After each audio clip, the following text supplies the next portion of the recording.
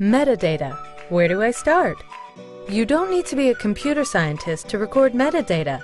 It can be as simple as creating a free text README file that explains the elements and structure of your data.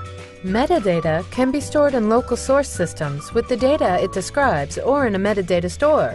There are local metadata stores at many institutions. The University of Auckland uses a program called Figshare Publishing Services. There are national-level metadata stores such as Research Data Australia and many international data repositories such as the Harvard Dataverse.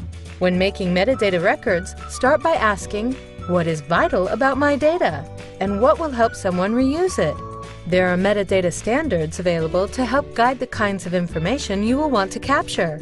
The Dublin Core Metadata Initiative provides some great resources to get you started.